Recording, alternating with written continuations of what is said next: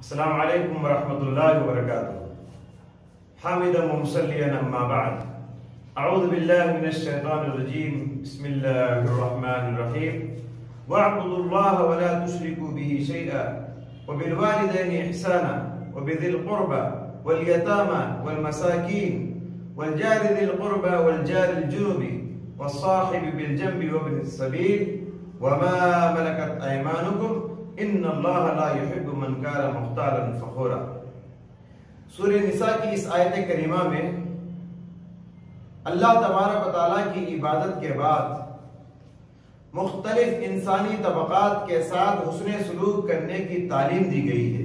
فرمایا وَاعْبُدُوا اللَّهَ، عبادت اللہ ہی کی کرو، وَلَا تُشْرِكُوا بِهِ شَيْئًا، اللہ کی عبادت میں کسی کو شریک نہ ٹھہراؤ، وَبِالْوَالِدَيْنِ احسانا، اور انسانی طبقات میں سب سے پہلا نمبر آتا ہے والدین کا۔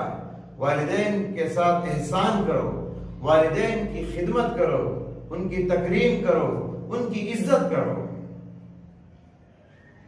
وَبِذِي الْقُرْبَى، پھر رشتہ داروں کے ساتھ، وَالْيَتَامَى، یتیموں کے ساتھ، وَالْمَسَاکِينَ، غریبوں کے ساتھ، مسکینوں کے ساتھ، والجار ذی القربى، پڑوسی رشتہ داروں کے ساتھ، والجار الجنبی، اجنبی پڑوسیوں کے ساتھ، والصاحب بالجنب، پہلو کے ساتھی کے ساتھ، جو تمہارے ساتھ چلتے پھرتے اٹھتے بیٹھتے ہیں، ان کے ساتھ اس نے سلوک کرو۔ وابن السبیل، راہ چلتے مسافروں کے ساتھ اس نے سلوک کرو۔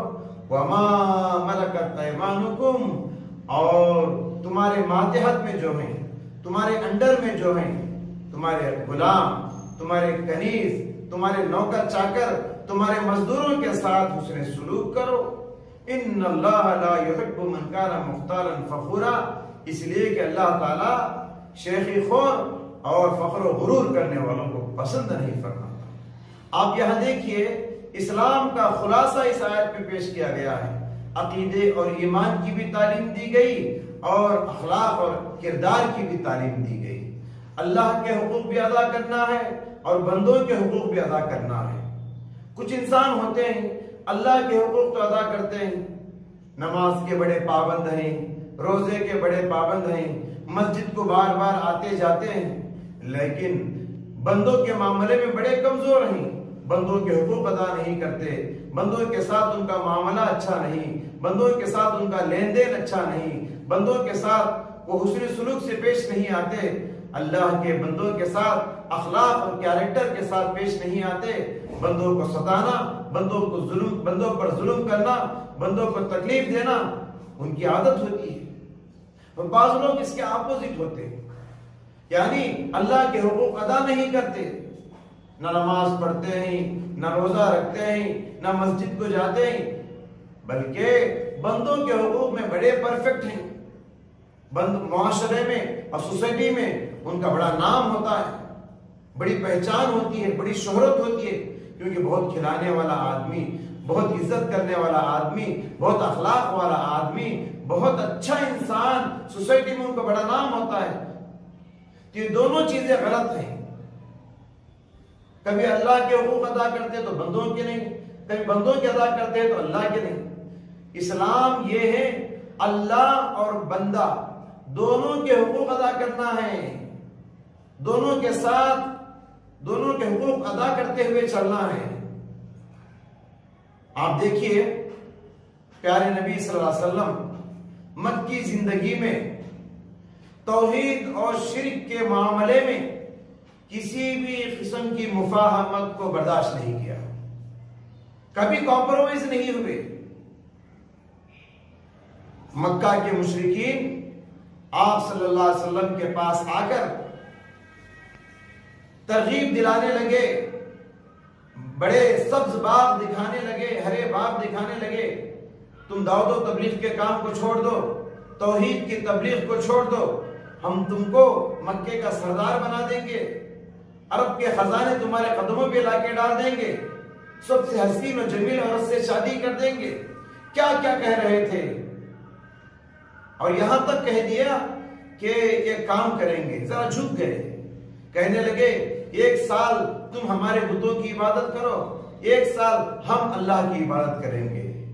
تو سورہ قل یا ایھا الکافرون نازل ہو گئی، کہا لکم دینکم ولی دین، یہ کام ہونے والا نہیں، تمہارا دین تمہیں مبارک، میرا دین مجھے مبارک۔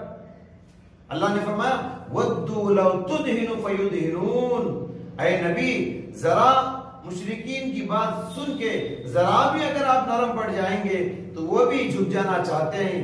خبردار وَلَا تُطِعْ كُلَّ حَلَّافٍ مَّهِينٍ، ہرگز ان جھوٹے لوگوں کی بات آپ مت سنیے۔ تو دیکھیے پیارے نبی صلی اللہ علیہ وسلم شرک کے معاملے میں کبھی کسی کو برداشت نہیں کیے، حالانکہ مکے میں شرک کو کبھی برداشت نہیں کیے پیارے نبی، بہت سارے گناہ مکے میں ہوا کرتے تھے، ان کو برداشت کیے۔ مکے میں شراب پیا جا رہا تھا، برداشت کیے۔ مکے میں سود کا لین دین عام تھا، برداشت کیے۔ مکی زندگی میں غیر مسلم عورتوں سے شادی کیا جاتا تھا، برداشت کیے، مگر شرک کو آپ صلی اللہ علیہ وسلم کبھی برداشت نہیں کیے۔ اور پیارے نبی صلی اللہ علیہ وسلم دعوت کی اس مشن کو کیسے آگے بڑھائے؟ اپنے اخلاق کے ذریعے سے، اپنے کردار کے ذریعے سے، اپنے حسن عمل کے ذریعے سے۔ اللہ نے فرمایا کہ وَإِنَّكَ لَعَلَىٰ خُلُقٍ عَظِيمٍ، اے پیغمبر آپ اخلاق کے بلند و بالا مرتبے پر فائز ہیں، بہت اونچے مرتبے پر آپ فائز ہیں۔ یہی وجہ ہے 40 سال کی عمر میں آپ کو نبی بنایا گیا۔ نبی بننے کے بعد آپ صلی اللہ علیہ وسلم اپنی عمر کے 40 سالہ زندگی کو لے کر دشمنوں کے سامنے، مشرکوں کے سامنے چیلنج کیا۔ قرآن نے ذکر کیا اس چیلنج کو، لَقَدْ لَبِثْتُ فِيكُمْ عُمُرًا مِّن قَبْلِهِ، لوگوں بتاؤ میری کتاب زندگی کے 40 سالہ کتاب زندگی کے 40 اوراق تمہارے سامنے کھلے ہوئے ہیں، بتاؤ کیا کبھی میں جھوٹ بولا ہوں؟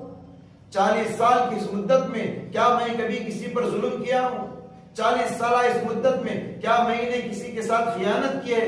40 سالہ اس مدت میں کیا میں نے کسی کو دھوکہ دیا ہے؟ یہ کتنا بڑا چیلنج ہے۔ پیارے نبی 40 سالہ عمر کو لے کر چیلنج کر رہے، بتاؤ میرے اندر کوئی دھبا ہو، کوئی داغ ہو، کوئی عیب ہو۔ اسی نبی کو ہم اور آپ ماننے والے ہیں۔ کیا ہم اس پوزیشن میں کہ ہم بھی اپنے خاندان والوں کے سامنے یا سوسائٹی کے سامنے کھڑے ہو کر اعلان کریں میری عمر 40 سال ہے، میری عمر 20 سال ہے، کیا بتاؤ میں آج تک جھوٹ بولا ہوں کیا؟ آج تک کسی کی غیبت کیا ہوں کیا؟ آج تک کسی کو دھوکہ دیا ہوں کیا؟ جس نبی کو ہم اپنے نبی مانتے ہیں اور اس نبی کو نام لے کر ہم فخر کرتے ہیں، اس نبی کے ہم امتی ہیں، تو پھر اگر ہم یہ چیلنج نہیں کر سکے تو پھر ہم کیسے مسلمان ہیں؟